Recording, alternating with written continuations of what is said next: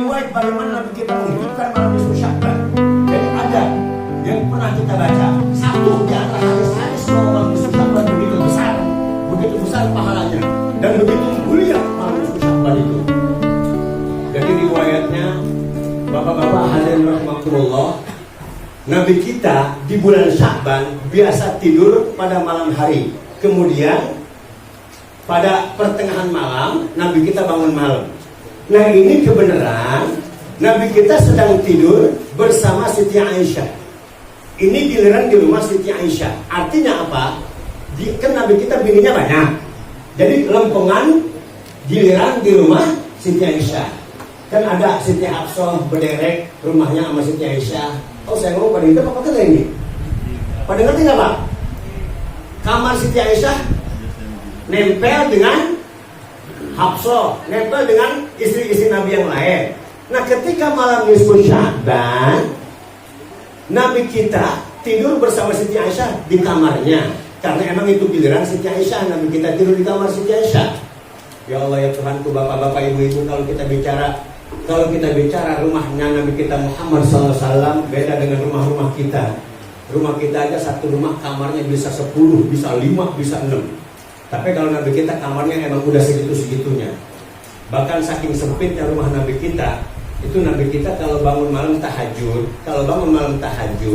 misalnya yaitu Siti Aisyah ataupun istri yang lain blonjor. Tahu blonjor ya? Ya, Nabi kita sholat malam. Ketika Nabi kita sholat malam, itu istrinya tidurnya belonjor. Ketika Nabi kita sujud, kaki istrinya ditarik biar supaya Nabi kita sujud kena tempat sujudnya. Ntar setelah selesai Nabi kita sujud, Nabi kita berdiri, ditaruh lagi tuh kaki istrinya. Itu saking apanya? Saking sempitnya rumah Nabi kita Muhammad SAW. Udah kagak ada tempat yang lain, karpetnya. Malam buat tidur, siang buat tatakan onta. Setelah dia pulang dari mana-mana, itu apa? Karpet ontanya dia jemur dulu dikit, dia cempreng dikit. Buat apa? Buat tidur ntar malam. Nah kalau kita makan karpet mobil lain, karpet kamar lain, karpet buat deprok lain, karpet buat kita piknik lain. Nah kita karpetnya semangga-mangganya itu. Cuma itu doang yang Nabi kita punya. Nah ini sebagai pelajaran buat kita, bahwa kita tidak ada hak untuk sombong. Sementara pemimpin dunia akhirat, Sayyidul Kaunain, Sayyidul Thaqalain, Sayyidul Insi wal Jin, itu Nabi kita sebegitu rendah dan hinanya dalam urusan dunia. Apa kata Nabi kita? Mali wali dunia, saya nggak ada urusan sama dunia. Nah ini sebagai peringatan buat kita. Kita kembali lagi ke cerita tadi. Nabi kita ketika tidur bersama Siti Aisyah, tengah malam, karena emang dia tidur satu ranjang, Siti Aisyah repe-repe. Oh, bahasa apa itu? Raba-raba ya? Ini kalau ini maaf bapak-bapak ibu dia, kalau kagak ngerti bahasa saya. Kan kita lagi terang begini ya, malam-malam. Terang begini malam-malam, listrik mati. Kita nyari stop kontak. Itu namanya apa? Ya repe-repe. Ya repe-repe. Nah, Siti Aisyah pada malam hari biasanya di sampingnya ada Nabi repe-repe. Lah ini kagak ada laki buah dari Siti Aisyah. Kagak ada. Bangun Siti Aisyah, bener kagak ada Rasulullah. Nah ketika dia bangun, hatta zonna bisu izon, zonnat bisu izon, sehingga Siti Aisyah punya pikiran jelek. Jangan-jangan Nabi ke tempat yang lain nih. Punya pikiran, jangan-jangan ke bini yang lain. Kok kagak ada ini? Enggak taunya Siti Aisyah keluar, kagak ada. Nabi kita ada di Baqiyah. Kalau kita pernah haji dan kita pernah umroh, Baqiyah. Baqiyah itu ya, anggota rionnya. Baqiyah itu belah kiri pintu Masjid Nabawi. Ujung pintu keluar Baqiyah. Baqiyah itu pemakaman para syuhada. Orang-orang syuhada dan orang-orang sahabat-sahabat Nabi kita, istri Nabi juga dikuburkan di sana. Itu di Baqi. Nabi kita jam 2 malam atau sekitar jam setengah 3 lagi di Baqi, di pagar Baqi, mendoakan orang-orang yang meninggal di situ, di kuburan. Mendoakan amwat, mendoakan orang-orang yang sudah meninggal di apa? Di pemakaman Baqi. Siti Aisyah langsung mendekati. Apa kata Siti Aisyah? Ya suamiku tercinta, saya cari-cari engkau kemana-mana nggak ada, sehingga saya punya pikiran bahwa engkau ke tempat yang lain. Enggak tahunya engkau ada di sini. Apa yang engkau lakukan gerangan wahai Rasulullah? Apa kata Nabi kita Muhammad SAW? Wahai Siti Aisyah, apakah engkau tidak tahu ini malam apa? Saya tidak tahu, kata Siti Aisyah. Hadhil lailah an-nisfu min Sya'ban. Ini adalah malam pertengahan bulan Sya'ban. Kalau kita minta kepada Allah, doa kita tidak akan tertolak. Kalau kita minta ampun kepada Allah atas dosa-dosa yang kita lakukan, dosa-dosa kita akan diampuni oleh Allah Subhanahu wa Ta'ala. Nanti kita suruh ustaz-ustaz untuk mencari riwayat ini. Dan saya banyak baca literatur tentang nisfu Sya'ban. Kenapa saya baca? Kenapa saya mencari-cari? Banyak orang yang anti begitu, bahkan yang kita anggap ulama benar di hadapan kita, sampai mengatakan orang yang menghidupkan malam nisfu Sya'ban adalah orang-orang yang mengamalkan amal bid'ah dan tertolak amalnya. Masya Allah, tadi kita sudah dapat ijazah baca Yasin 3 kali. Terserah kita mau baca Yasin 3 kali, mau 9 kali, mau berapa kali. Pokoknya Ihya'ul lailati min nisfi Sya'ban, hidupkan malam nisfu Sya'ban. Emang yang paling cakep seperti yang Nabi sabdakan atau yang seperti yang Nabi lakukan, yaitu pertengahan malam. Malam jam 2 atau pada saat waya-waya tahajud kita. Itu yang paling cakep. Tapi di sini dibilang ba'da maghrib, setelah maghrib. Bainal isya ini, antara maghrib dan isya. Itu yang kita laksanakan semampu kita. Kalau di sini ya ke Yusuf baca Yasin berapa kali? 3 kali habis maghrib. Ya saya mah mesen aja. Mungkin di sini mah bagus-bagus. Kalau di kampung saya pemimpin Yasin pakai speaker. Kita baca Yasin bareng-bareng. Bila khatam Nabi, kemudian mari kita baca surah Yasin 3 kali dengan niatan ini, dengan niatan ini, dengan niatan itu. Dipimpin oleh pembaca Yasin. Baca A'udzubillahi minasyaitonir rajim. Bismillahirrahmanirrahim. Yasin wal Qur'anil hakim. Baca bareng-bareng. Semuanya ngikutin pemimpin. Enggak taunya di pojokan udah ada yang berkipas. Di pojokan udah ada yang berkipas. Ditanya sama temennya, lalu udah gua mau dari tadi, kata dia. Ini maksud saya bilang baca Quran itu Al-Qur'anu nazala ma nuzila. Quran itu turun emang begitu turun yang modelnya. Kalau emang ya, kalau emang sin, kalau emang kha, ya kha. Kalau emang qaf, ya qaf. Ketika kita baca salah makhraj, berarti dianggap kita udah bukan baca Quran. Makanya kita, maksud saya begini, yang sekarang harus lebih bagus daripada yang kemarin. Kemarin kita baca Yasin ngebut, besok kita baca Yasin dengan tartil. Karena Nabi sallallahu alaihi wasallam yaqra'ul Qur'ana mutarassilan. Nabi kita membaca Al-Quran pelan-pelan. Artinya pelan-pelan itu tidak terlalu lama dan tidak terlalu cepat. Mutarassilan. Itu kita begitu baca Yasinnya. Pengen diampuni dosa kita, laksanakan dengan membaca Yasin dengan benar. Masya Allah. Mudah-mudahan pada hari ini dosa kita diampuni oleh Allah Subhanahu wa Ta'ala. Amin ya rabbal alamin. Hadirin rahimakumullah. Ada juga tadi yang Bapak anggota dewan kita sebutkan bahasa bulan puasa. Saya mah kagak setuju banget kalau ada orang nunggu Ramadan, nunggu bulan puasa, nunggu maghrib ya. Ada orang nunggu maghrib, pakai ada bahasa ngabuburit, bener nggak? Itu bahasa ngabuburit dari mana bahasa ngabuburit? Kagak ada dalam Islam bahasa ngabuburit. Buat orang Islam, ayo kita ngabuburit, nunggu maghrib, enak. Lah kita ngabuburit naik sepeda ke lapangan, kemana? Ke danau, enak katanya. Nunggu maghrib kagak berasa, udah maghrib aja. Nah ini kita jangan kayak orang-orang jangan kayak artis. Belajar artis itu siapa ustadznya? Artis itu ustadznya orang TV. Bagaimana ustadz orang TV? Ya begitu modelnya. Ngajarin baca doa itu sebelum buka.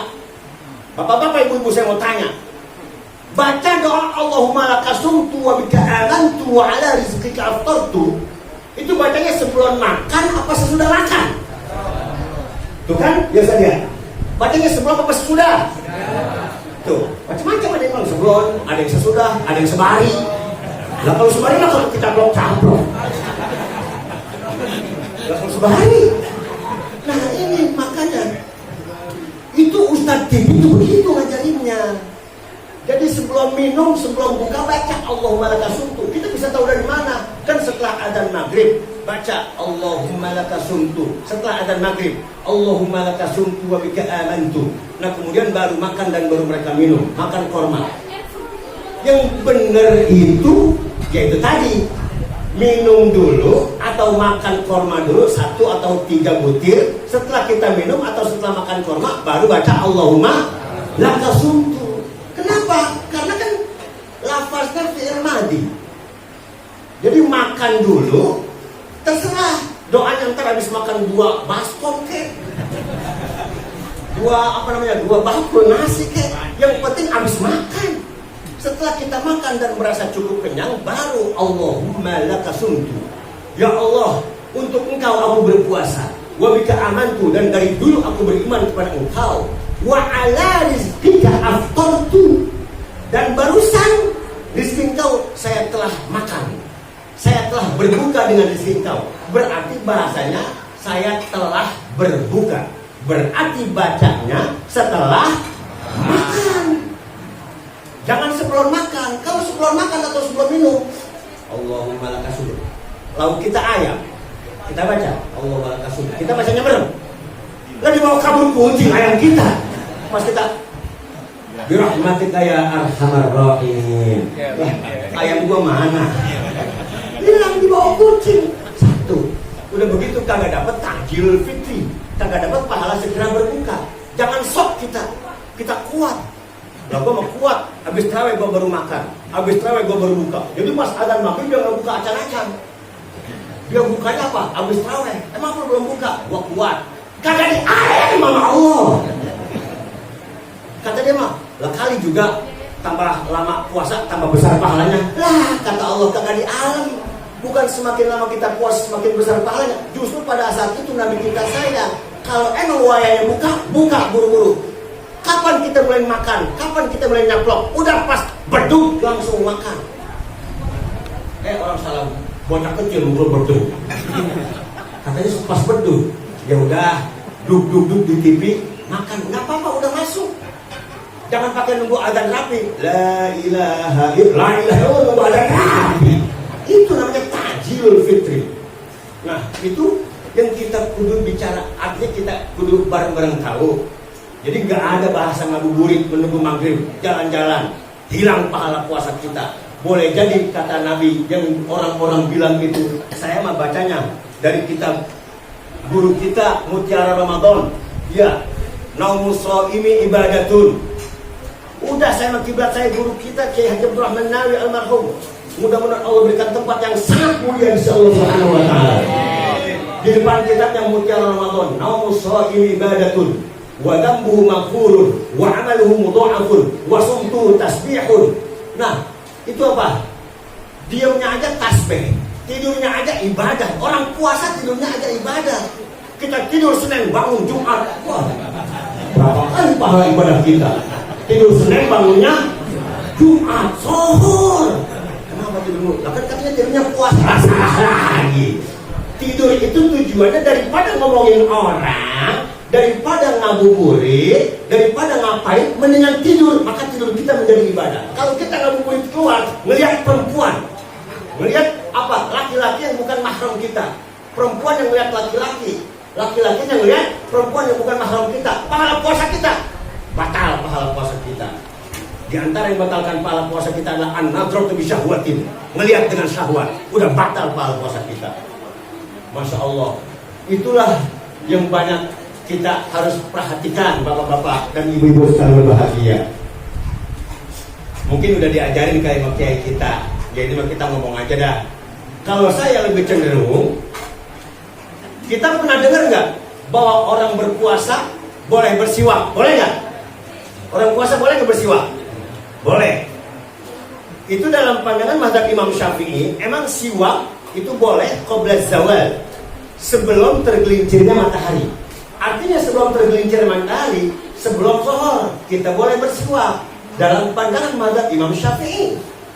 Tapi dalam pandangan Imam Malik, jangankan sebelum zuhur, dari habis subuh aja kita udah nggak boleh bersiwak. Nah ini kenapa? Untuk siwak, bapak-bapak, ibu-ibu, jangan samakan siwak dengan sikat gigi yang pakai odol. Beda. Kalau pengen kalau pengen mengkiaskan hukum siwak dengan sikat giginya yang kagak pakai odol, baru kita samakan siwak. Tapi kalau kita samakan hukum siwak dengan apa? Dengan odol, kita nyikat giginya habis subuh, mau berangkat kerja, mau berangkat kantor, mau berangkat dagang, kita nyikat giginya pas mandi jam 6:30, maka bisa jadi sikat gigi kita itu membatalkan puasa kita. Ya, ntar boleh tanya dah Ustaz Usul, kalau saya lebih cenderung batal. Kenapa? Kan di antara yang batalkan puasa itu apa? Wusulu syai'in ila jauh. Masuknya sesuatu ke dalam anggota rongga. Rongga mana? Rongga batin, rongga dalam. Kita nyikat gigi pakai odol jam 5:30. Ada kemungkinan besar nggak busa odolnya itu masuk ke lak-lakan kita? Ada kemungkinan nggak? Ada. Yakin? Ketika kita yakin bahwa odol ataupun busa odol itu masuk ke lak-lakan kita, maka udah mendingan kita jangan nyikat gigi setelah subuh. Jadi sebelum subuh. Karena apa? Itu termasuk ain, termasuk dat, termasuk benda masuk ke dalam rongga tubuh kita, dan batallah puasa kita cuma gara-gara odol. Mendingan kita nggak usah sikat gigi 30 hari bulan Ramadan. Emang begitu ya? Emang begitu. Mendingan jangan sikat gigi. Lah berarti kan kagak percaya sama hadis Nabi. La khulufu famis ini atyabu indallahi min rihil misk. Bener, Nabi kita sumpah dengan lam taukid. Bener, bau mulutnya orang puasa itu di sisi Allah lebih bagus dan lebih wangi daripada minyak misik. Bau mulut orang puasa di sisi Allah lebih wangi daripada minyak misik. Udah, jangan hilangkan bau itu dengan berodol-odol ria. Jangan hilangkan bau itu di hadapan Allah dengan bersiwak. Kalau kita bersiwak maka hilang wangi kita di hadapan Allah. Jadi kita kagak sikat gigi 30 hari. Kongkok sama temen seperti mama, nggak pakai masker, ketawa kenceng banget, temennya bukannya pada girang, pada mati. Emang bahasanya indallah, di sisi Allah. Kalau indanas ya jaga-jaga, ya kita ada masker, ya kita pakai masker lagi bulan puasa. Udah kita pakai masker bulan puasa, nggak taunya lagi pakai masker nyiplak, orang pada nggak tahu. Dia nginum kacang. Katanya lu gak puasa? Puasa, ya orang pakai masker. Enggak tahu dia nyelam dia habis makan sop, masya Allah. Makanya hadirin rahimakumullah, para ulama berbeda pendapat. Yang afdal itu puasa, apa sholat, apa zakat, apa haji. Semuanya sama. Ada yang mengatakan haji paling afdal dengan dalil dan alasan dan hujah yang benar. Mereka mengatakan puasa yang afdal dengan hujah yang benar pula yang bisa diterima. Mereka mengatakan puasa yang paling afdal di antara rukun itu tadi. Kenapa? Dengan hujah yang ada. Mereka mengatakan zakat lebih afdal. Nah, sekarang kita pikir, kenapa mereka sampai berdalil bahwa puasa itu lebih afdal daripada sholat, zakat, dan haji? Karena apa? Karena puasa itu tidak ada yang ngeliat kita puasa apa kagak. Kita habis gado bubur, keluar jam 10. Ditanya sama teman, lu puasa? Ya puasa. Lah, masa lu? Lah ini lihat mulut gua beludah mulu. Dia beludah mulu, katanya puasa. Padahal habis makan bubur. Siapa yang lihat dia makan bubur? Tapi kalau kita sholat, ada yang lihat kita sholat? Kalau kita berangkat haji, ada nggak yang tahu kita haji? Kalau kita bayar zakat, ada nggak yang menerima? Tapi ketika kita puasa, siapa yang tahu kita puasa? Hanya kita sama Allah. Tapi kita bicara bukan masalah makan di depan umum. Kita bicara makan orang pada kagak tahu. Begini hadirin rahimakumullah. Ya saya mau menyampaikan aja. Di kitab Fathul Mu'in, ya saya dulu belajar Musa Yusuf Fathul Mu'in. Ini kita begini nih, maaf ibu ya. Maaf bapak-bapak. Kenapa siwak bisa mengakibatkan puasa kita batal? Nih. Kita gigit atau kita isep ujung selendang kita, atau kita isep ujung selendang sorban kita. Kita iseng-iseng lagi puasa misalnya. Nah, kita lepas. Ini pertanyaannya, begini batal nggak nih kita puasa? Batal nggak? Nggak batal. Kita begini nggak batal. Nggak batal. Tukang gigit pensil lagi puasa, nggak batal.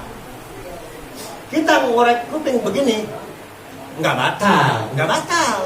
Karena ini lubang zahir, lubang yang terlihat ketika kita komunikasi.